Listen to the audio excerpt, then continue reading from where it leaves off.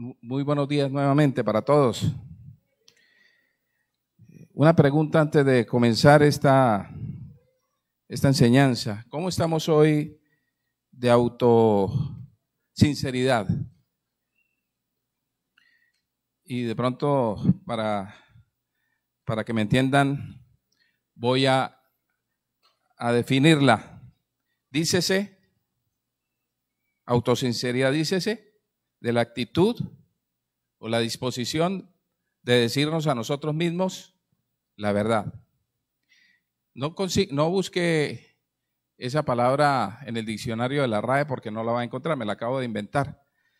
Pero la quiero utilizar para ambientar un poco, ilustrar un poco el tema que hoy vamos a abordar, que quiero abordarlo no desde un punto crítico, sino desde una perspectiva bíblica primeramente, pero lleno de gracia. Y les pregunto sobre la autosinceridad para que a nosotros mismos nos respondamos la siguiente pregunta, sin necesidad de compartirla o sin necesidad de ponerla en evidencia. ¿A cuántos de nosotros se nos dificulta someternos o sujetarnos a las autoridades establecidas? Y no digo establecidas por Dios porque se entiende que toda autoridad es establecida por Dios. Cuando hablamos de autoridad, siempre tendremos que entender que es una autoridad establecida por Dios. Incluso las que no son creyentes, las autoridades que no creen en el Señor, también están establecidas por Él. Pero ¿cuánto se nos dificulta? Si somos o si tenemos autosinceridad, nuestra respuesta debe ser o debiera ser que se nos dificulta, ¿no? A todos, tanto varones como mujeres, adultos, niños, jóvenes. Hay una tendencia interna en nosotros para que se opone a la autoridad, que se opone a la obediencia. Y en el mejor de los casos, condicionamos esa obediencia a la calidad de la autoridad, o sea, que sea una autoridad justa. Decimos, bueno, pero es que este alcalde o este presidente sí ha hecho algo, o mi padre o mi madre es un hombre correcto, entonces sí vale la pena someterme o sujetarme o obedecerle, ¿cierto? Pero ¿qué pasa cuando esa autoridad no lo es, no es justa? Entonces empiezan los problemas. Pero la realidad es que el ser humano, inherentemente en su naturaleza pecaminosa, tiene dificultad para sujetarse y someterse a toda autoridad.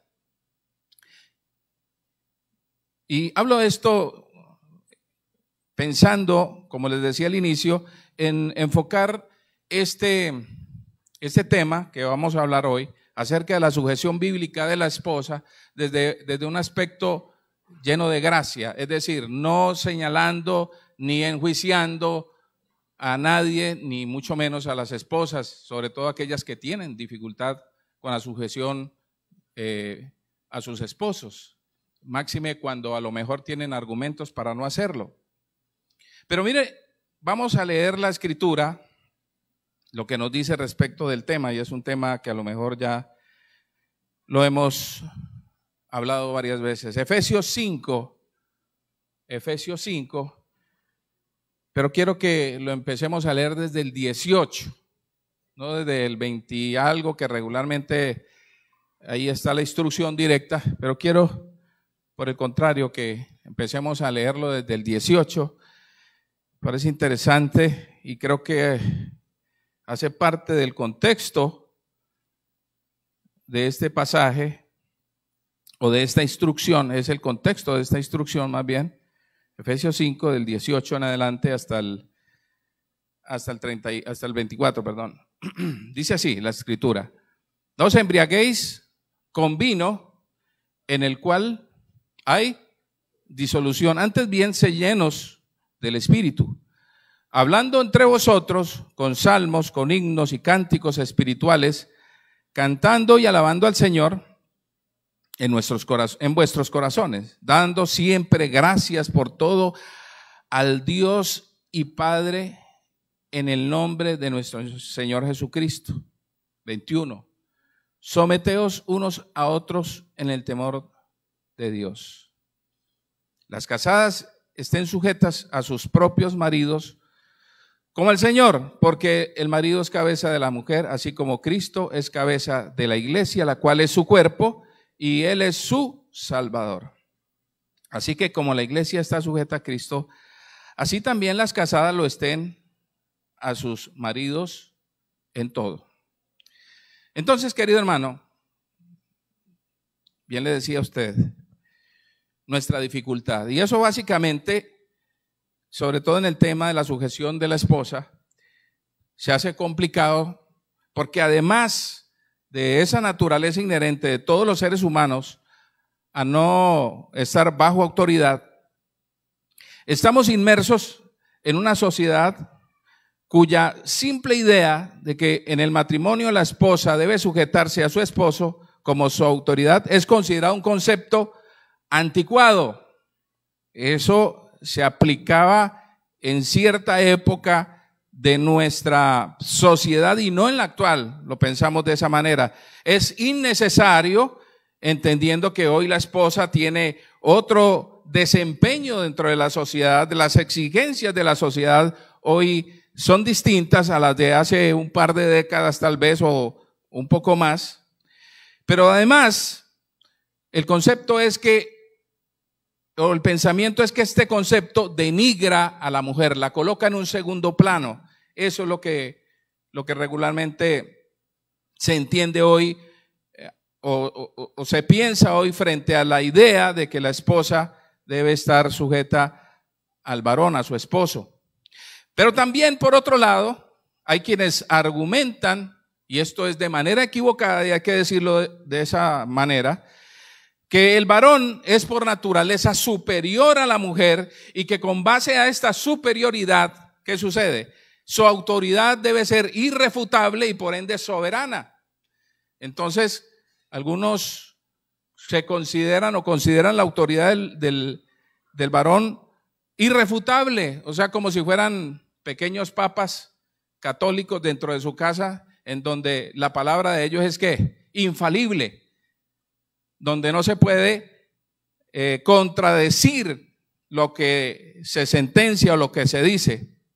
Mire, hermano, no cabe duda que Dios desea que en el matrimonio o dentro del matrimonio haya un orden. Y eso contempla bíblicamente que la mujer se sujete a su marido. Pero ¿cuál es la perspectiva bíblica? Ya vimos un aspecto que tiende al feminismo, pero también vemos un aspecto que tiende ¿al qué? Al machismo. Y en ninguno de los dos aspectos o ninguno de estos dos líneas de pensamiento es bíblica. Ninguna de las dos, ni el machismo ni el feminismo. Entonces, ¿qué es? Tendríamos que responder esa pregunta. ¿Qué es la sujeción bíblica de la esposa? Vamos a ver algunas de las que no son o de lo que no es la sujeción bíblica de la esposa. Lo primero que no es que la esposa no tiene voz ni voto dentro del matrimonio. Eso no es. Que la esposa no puede hablar, que la esposa no puede apoyar, que la esposa no puede opinar y por ende su voz no tiene ningún valor.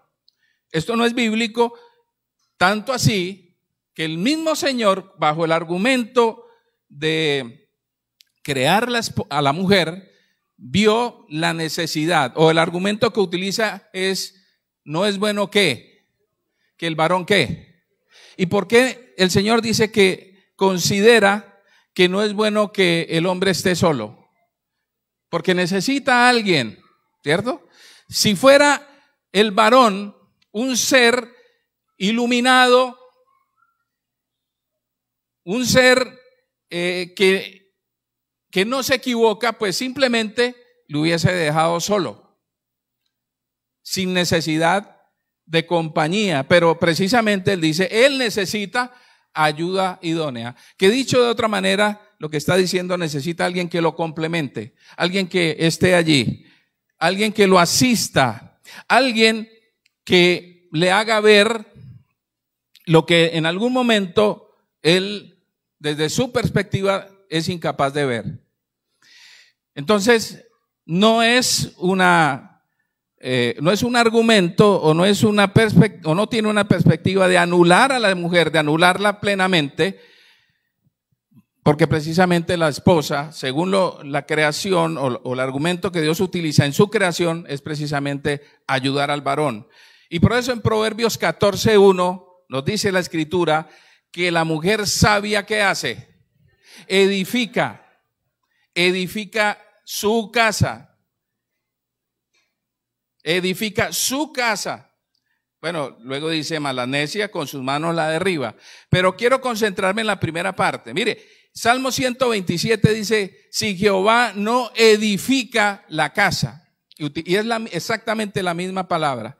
Entonces, aquí lo que nos dice es que la mujer edifica, pero también Dios edifica. Entonces, Dios está diciendo que el papel de la mujer es importante porque así como él edifica la casa, la esposa o la mujer también tiene un papel dentro de la edificación, el desarrollo de su casa. Es decir, es colaboradora con Dios. Trabaja de la mano de Dios para edificar su casa. La palabra edificar es utilizada en la Biblia para también hacer referencia a la labor de un constructor, de un arquitecto, de un edificador.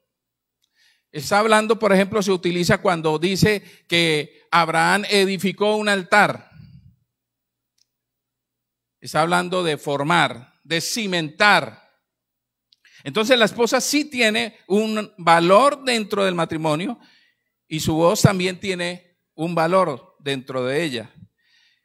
Ya lo dijimos, no es un concepto machista. Es el orden divino dentro del matrimonio. Es el orden que Dios ha establecido. No es porque el varón sea más sabio, más entendido, con mayor capacidad, sino simplemente existe dentro de cualquier organización un orden administrativo y por ende siempre debe haber una persona que dirija ese ente o esa organización. En cierta oportunidad, una empresa multinacional que tenía una de sus subsidiarias en otro país fue visitada por un alto ejecutivo. Y este alto ejecutivo tenía unas ideas modernísimas acerca de la alta gerencia. Y entonces se reunió con el equipo de ese país y dijo, a partir de ahora aquí no hay cabezas. La nueva gerencia demanda agilidad, demanda creatividad y por ende aquí el departamento de ventas, el departamento de mercadeo, el departamento de control, el departamento administrativo, cada uno es una cabeza, ¿cierto? Y cada uno va a trabajar en función de sus ideas y en función de sus objetivos.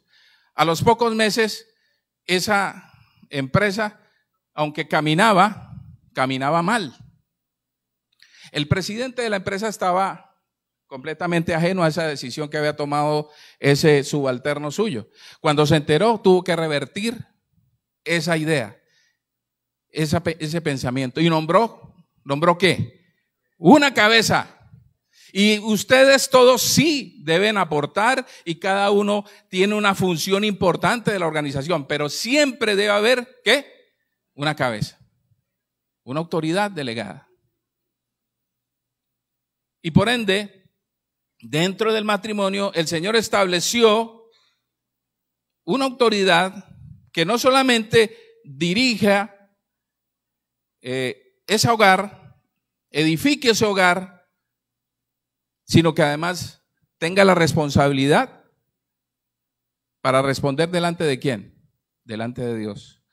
La función del varón, aunque algunos lo consideran de privilegio, es básicamente una posición de responsabilidad delante de Dios. Y varón, entendamos esto.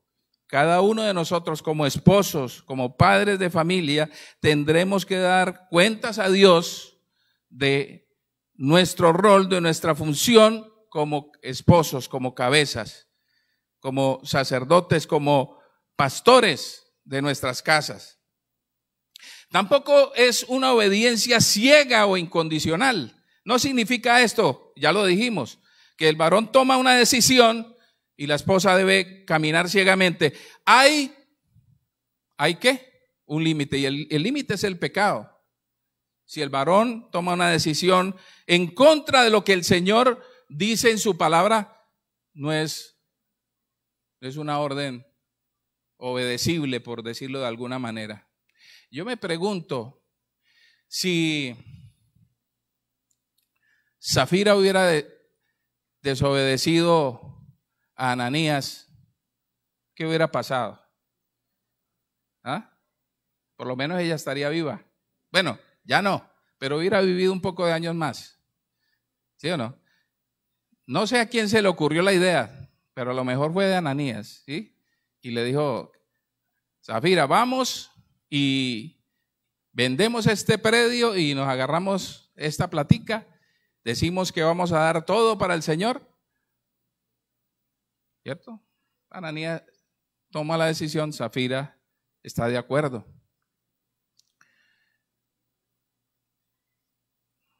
Entonces, querido hermano, nosotros como siervos del Señor debemos estar sujetos. Dice en Primera de Corintios, capítulo 11, versículo 3.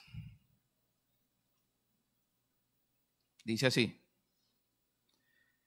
pero quiero que sepáis, dice el apóstol Pablo, o Dios a través del apóstol Pablo, quiero que sepáis que Cristo es la cabeza de todo varón, y el varón es la cabeza de la mujer, y Dios la cabeza de Cristo. Hay un orden. La mujer tiene una cabeza que es el varón, pero a su vez el varón tiene una cabeza que es Cristo. Y ese varón debe ser dirigido por su Señor, por Cristo, por medio de su palabra, para orientar. Porque su función o su rol como cabeza de su hogar es el bienestar de su familia. Y el bienestar integral, es decir, en lo material, proveyendo, pero por sobre todo en lo espiritual, tomando decisiones adecuadas delante del Señor. Pero entonces, ¿qué es la sujeción bíblica de la esposa?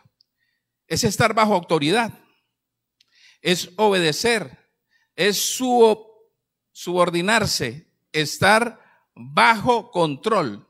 Esa palabra de someterse o sujetarse, utilizada allí en el versículo 22 y en el 24, es una palabra que en los escritos griegos, no solamente en la Biblia, se utiliza para hablar acerca de sujetarse o someterse a toda autoridad civil, a toda autoridad gubernamental, a los reyes. También la utiliza Pedro cuando dice que debemos someternos a los reyes, a los que están en eminencia. Pero esa palabra también tiene que ver con una sujeción reflexiva, una obediencia pensada. No es un acto externo, no es simplemente obedecer a regañadientes, es autoconvencerse de la necesidad que tenemos de sujetarnos, de someternos. En este caso, la esposa a su esposo. Es estar bajo control, es estar bajo la dirección de Dios a través del orden que Él ha establecido. El esposo que obedece a Cristo y ella que sigue las instrucciones en función del bienestar que Dios quiere para esa familia. Mire, también nos dice la Escritura, allí mismo en Efesios 5, que sujetarse es respetar al varón. Mire lo que dice Efesios 5. Espera que me desubiqué. Efesios 5. Efesios 5, versículo 33. Él viene hablando de que la esposa que las casadas deben estar sujetas a sus maridos, y está hablando también que el marido debe amar a su esposa, ¿cierto? Y en el recorrido de ese texto del 21 en adelante hasta el 30 y algo le está haciendo énfasis en esas dos cosas, en la sujeción de la esposa y en el amor del varón. Para terminar, en el 33, nuevamente le enfatiza, dice: por lo demás, cada uno de vosotros, diciendo a los varones, ame también a su mujer como a sí mismo. Y luego da la misma instrucción, pero de otra manera. Dice: y la mujer respete a su marido. El respeto tiene que ver con entender que aún a pesar de sus limitantes, es la autoridad que Dios ha establecido. Mire, no siempre los varones somos inteligentes o asumimos de manera sabia nuestra autoridad, pero el papel de la esposa es ayudarle a que él lo haga, es ayudarle a que él asuma ese rol. El esposo que no provee para su casa dice que niega la fe, pero la esposa sujeta a él le ayuda, y no necesariamente ayudarle es ir y buscar el sustento que él no quiere hacer, porque le está quitando el rol que él tiene que cumplir. Si no hay que comer, el varón es el que tiene que resolver. No puede ser que el varón o el esposo mande a la esposa a fiar a la tienda. Eso no es bíblico, porque la está exponiendo. El varón debe poner, si es necesariamente hay un momento en que tiene que pedir fiado, el que debe hacer el fiado es el varón. Debe resolver él. Y la mujer no le hace ningún favor cuando le quita esa responsabilidad. Pero hablemos un poco del propósito de la sujeción de la esposa. ¿Para qué? ¿Qué es lo que Dios quiere hacer dentro de la familia y dentro de la mujer? Primero, para que ella aprenda a seguir la voluntad de Dios, para que la esposa aprenda a obedecer a Dios. Dice en el versículo 22, las casadas estén sujetas a sus propios maridos. ¿Y ese cómo? Dice ¿cómo qué? Como al Señor. Ese cómo es de forma, de la misma manera como obedece al Señor, así de esa misma forma debe ¿qué? Obedecer a su esposo, con la misma actitud que obedece al Señor Jesucristo, porque es creyente. Entonces de esa misma manera se somete voluntariamente, se sujeta voluntariamente, reflexivamente, conscientemente a su esposo y le ayuda. Pero también el propósito de la sujeción de la esposa es evidenciar su relación con el Señor. Evidencia, muestra, saca a la luz cómo está ella con el Señor. Y mire, y por eso leía de manera intencional del 18, porque en el 18, ¿qué es lo que dice o cuál es la recomendación o la instrucción más bien que está dando Pablo? La instrucción, la orden, que debemos ser, ¿qué? Llenos del Espíritu Santo. Y ese ser llenos del Espíritu Santo es el inicio para que se evidencien una serie de cosas, porque después de esto, del 18, dice, hablando entre vosotros con salmos, es decir, hablar entre nosotros los creyentes con salmos, con himnos y cánticos espirituales, cantando y alabando al Señor en vuestros corazones, dando gracias a Él por todo, al Padre y en el nombre de nuestro Señor Jesucristo. Es una manifestación de la llenura del Espíritu Santo. Pero no solamente allí termina. Él sigue diciendo, someteos unos a otros en el temor de Dios. Ahí también es una evidencia de la llenura del Espíritu Santo. Y luego en el 22 dice, las casadas estén sujetas a sus propios maridos como al Señor. Es decir, todo esto y aquí en adelante, y él sigue hablando en el 6 acerca de la obediencia de los hijos hacia los padres, y luego dice la obediencia de los siervos a sus señores, y todo esto sigue hablando ¿de qué? De la llenura del Espíritu Santo. La evidencia de la llenura del Espíritu Santo es todo esto, incluido la sujeción de la esposa a su esposo. Tercero, dentro del propósito de la sujeción de la esposa es mostrar el orden bíblico dentro de la iglesia. Miren lo que dice los versículos 23 y 24 del capítulo 5 de Efesios. Porque el marido es cabeza de la mujer, así como Cristo es la cabeza de la iglesia, la cual es su cuerpo y él es su Salvador. Así que como la iglesia está sujeta a Cristo, así también las casadas lo estén en sus propios a sus propios maridos en todo. Entonces, el matrimonio es una representación de la relación de Cristo ¿con quién? Con la iglesia. Entonces, el varón y la esposa y la mujer recrean la relación que tiene Cristo con su esposa. ¿Cómo hace el varón para recrear eso? Amando a su esposa, santificando a su esposa a través del lavamiento de la palabra, dice allí Pablo. Entregándose por ella, dice también. Pero la esposa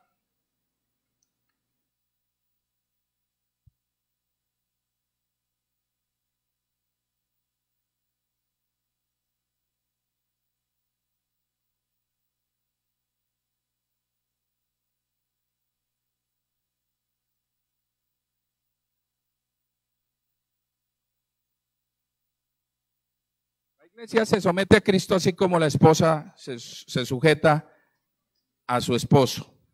Entonces, ya lo decíamos, la instrucción de la sujeción tiene como propósito el bienestar de la familia. Veamos cómo. Primera de Pedro 3:1. Primera de Pedro 3:1.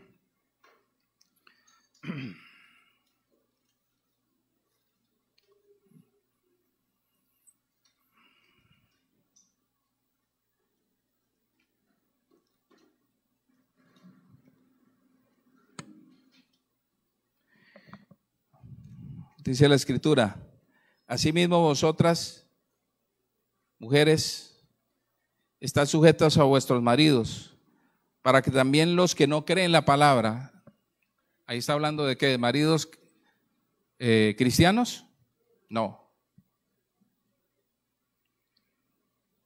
Entonces incluso a los maridos inconversos dice, estad sujetas a vuestros maridos, para que también los que no creen la palabra sean ganados sin palabra por la conducta de sus esposas.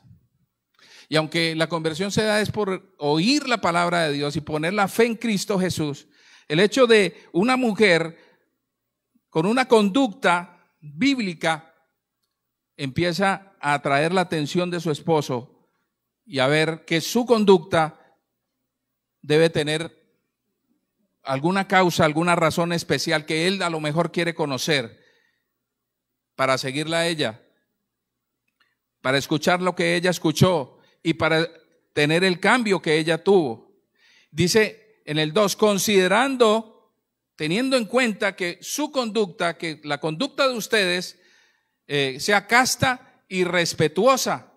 Vuestro atavío no sea al extremo de peinados ostentosos, de adornos de oro o de vestidos lujosos, sino el interno, el del corazón, en el incorruptible ornato de un espíritu afable y apacible, que es de grande estima delante de Dios. Porque así también se ataviaban en otro tiempo aquellas santas mujeres que esperaban en Dios, estando sujetas a sus maridos. Como Sara obedecía a Abraham, llamándole ¿qué? Señor, de la cual vosotras habéis venido a ser hijas, si hacéis el bien sin temer ninguna amenaza.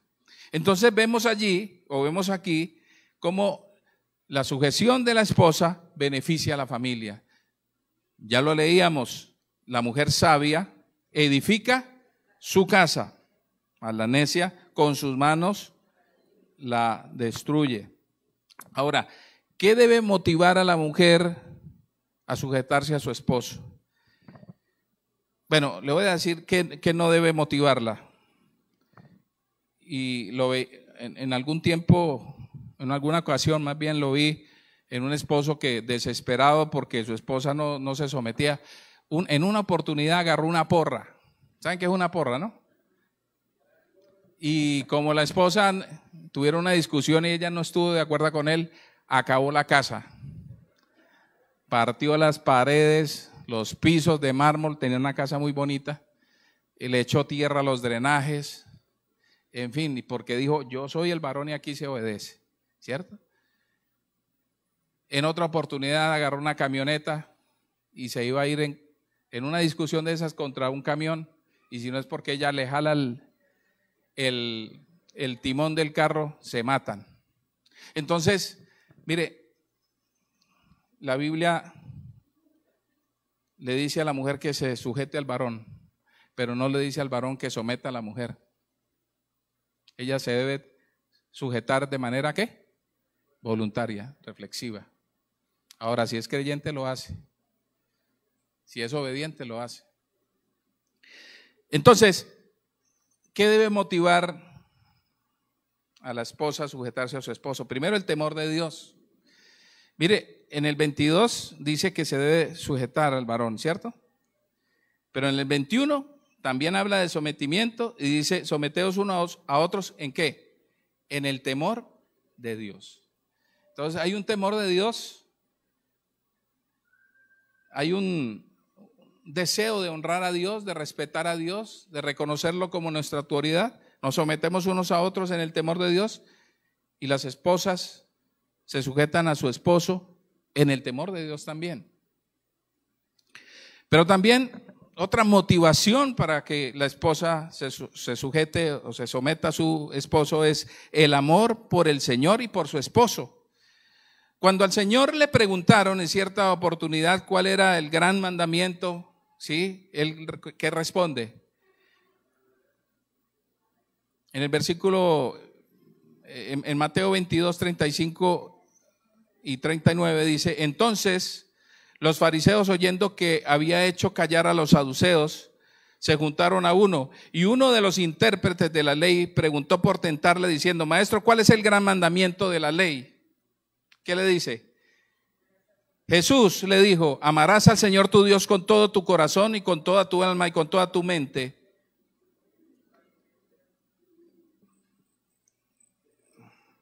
Este es el primer y grande mandamiento, y el segundo es semejante, amarás a tu prójimo como a ti mismo. Y luego Pablo dice que estos dos mandamientos, que toda la ley se resume en estos dos mandamientos, ¿sí o no?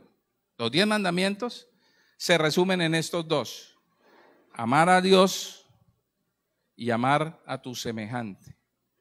Y esto debe ser la razón por la cual no solamente la esposa se sujeta al varón, sino cualquier orden dado por Dios debe ser movido por el amor a Él y el amor ¿a quién? Al prójimo.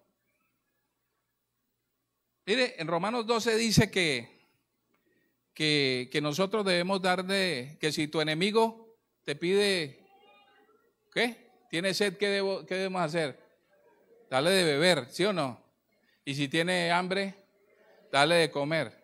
Si está peleada con su esposo y le pide que le dé un plato de comida, dele comida, ¿sí o no? No, recíbalo, ¿sí? Porque si lo hacemos con los enemigos, ¿sí? O si la instrucción es favorecer a nuestros enemigos, ¿cuánto más con los que están dentro de la casa?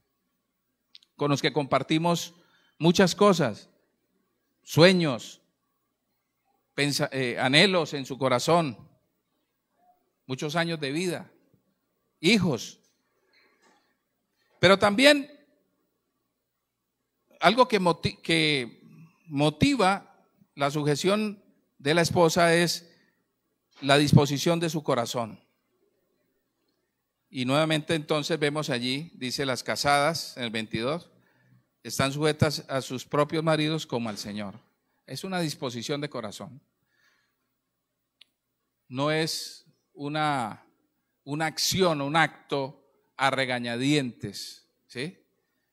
Como el niño que le dicen siéntese y como no se sienta, entonces le dan un coscorrón, él se sienta, pero en su mente está parado, ¿no? Dice, no me importa, yo estoy parado en mi mente, ¿cierto? No, es una actitud reflexiva, interna, llena de gracia para el Señor, para la gloria del Señor. Mire, en ocasiones nosotros los esposos demandamos más de lo que deberíamos demandar de nuestras esposas y provocamos familias con integrantes que se rebelan a esa tiranía.